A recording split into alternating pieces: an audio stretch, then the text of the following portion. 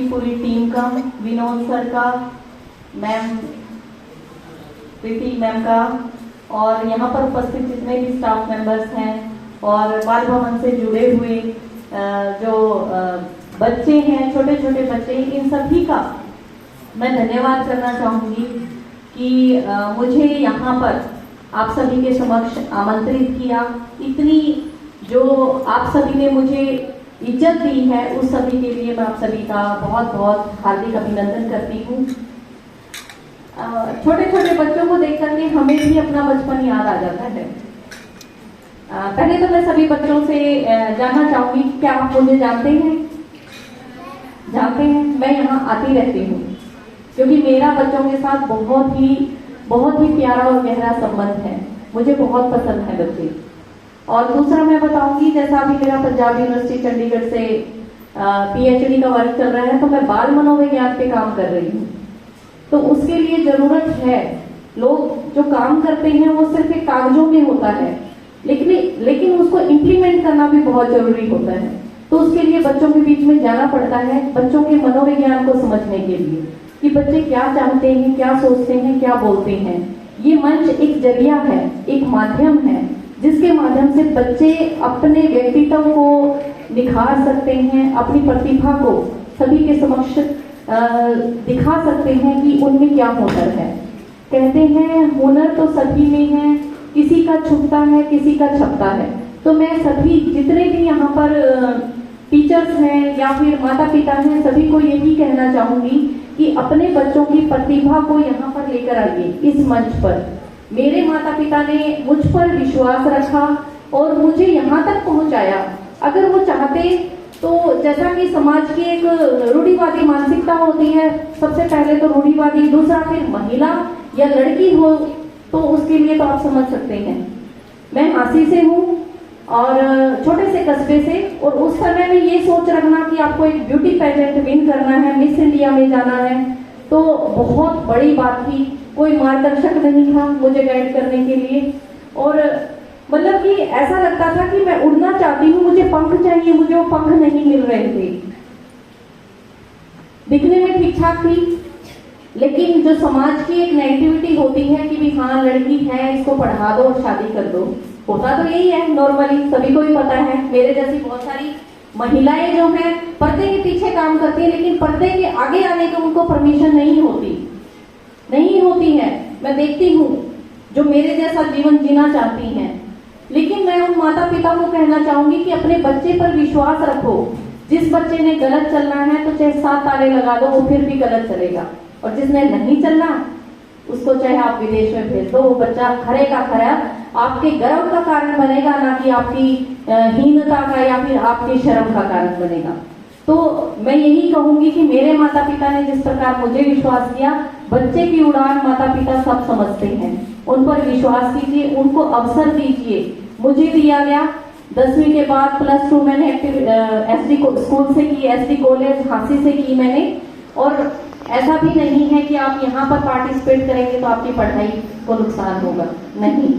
मैंने कल्चरल में state level, national level, Chennai, जहाँ पर श्रीदेवी और रजनीकांत जी उपस्थित थे, वहां पर नेशनल में प्राइज लेकर आई हूँ हरियाणवी फोक डांस में। तो मतलब ऐसा नहीं है कि अगर आप प्रतिभा मतलब सांस्कृतिक गतिविधियों में भाग लेते। मेरे परिवार में बहुत सारे ऐसे लोग हैं जो सोचते हैं कि मेरे फादर डॉक्टर हैं, सिविल हॉस्पिटल से रिटायर्ड हुए हैं, तो मतलब ऐसे बोलते थे कि डॉक्टर ने छोरी थी घनी परमिशन दे रखी है, किते किते भेज दे है ना।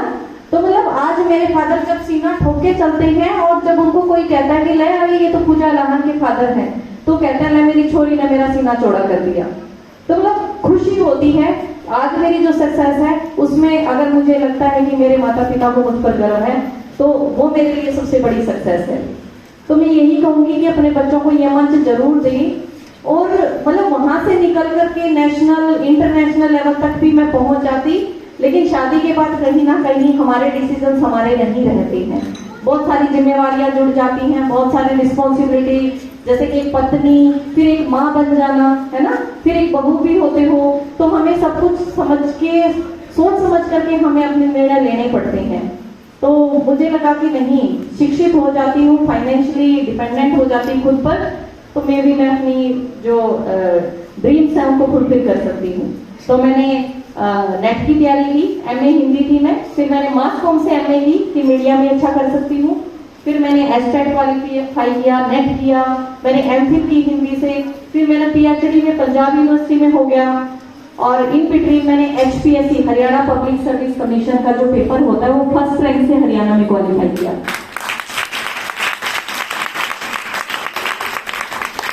तो ऐसा नहीं है, वो ड्रीम जो था वो साथ साथ कहीं ना कहीं चल रहा था कि मिस इंडिया बनना चाहती हूँ और नहीं बन पाई, कोई बात नहीं, एजुकेशन इज अ वेपन।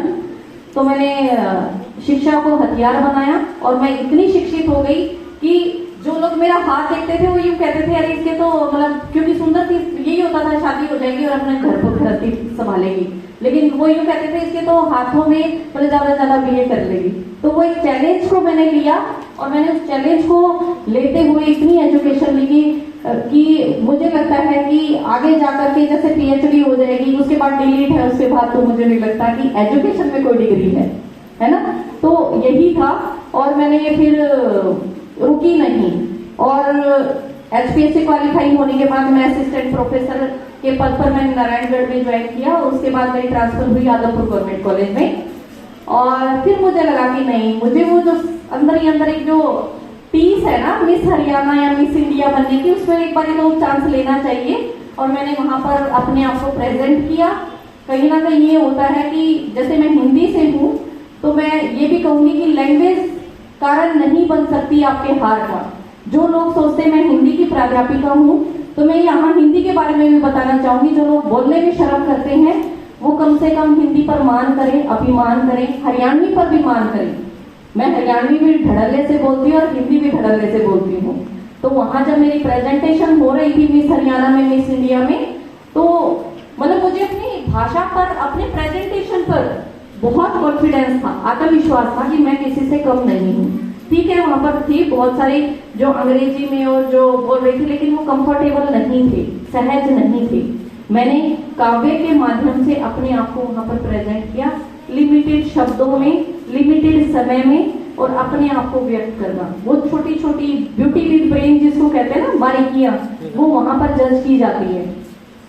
तो मेरा प्रश्न जो था वो था कि ऐसा क्या है जिसे आप गारंटेड नहीं ले सकते? आप बताइए ऐसा क्या है जीवन में जो गारंटेड नहीं है? बताएगा कोई? बताइए, कोई भी बच्चा, कोई टीचर। विनोद सर, विनोद प्रकाश। लाइफ में ऐसा क्या है?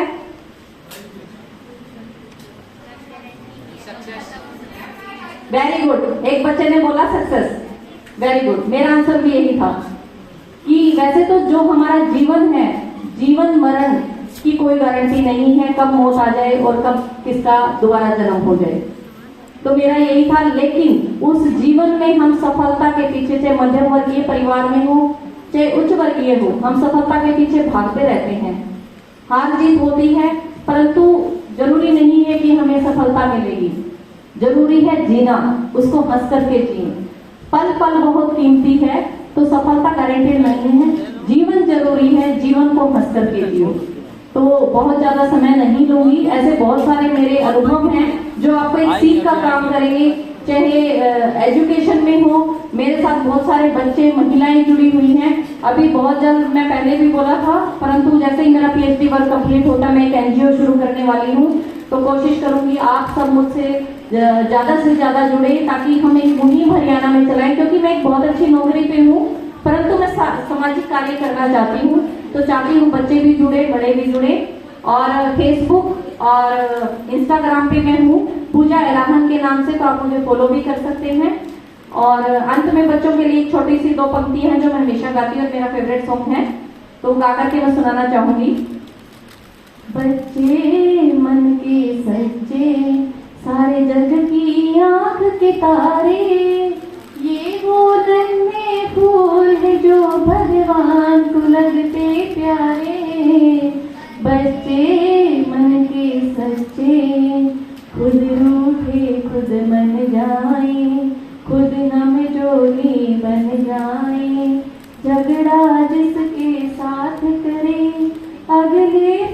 फिर बात करें, इनको भोलापन मिलता है, सबकी बाह पसारे, बच्चे मन के सच्चे, सारे जग की आँख के तारे, ये वो नन्हे फूल है जो भगवान को लगते प्यारे, बच्चे मन के सच्चे।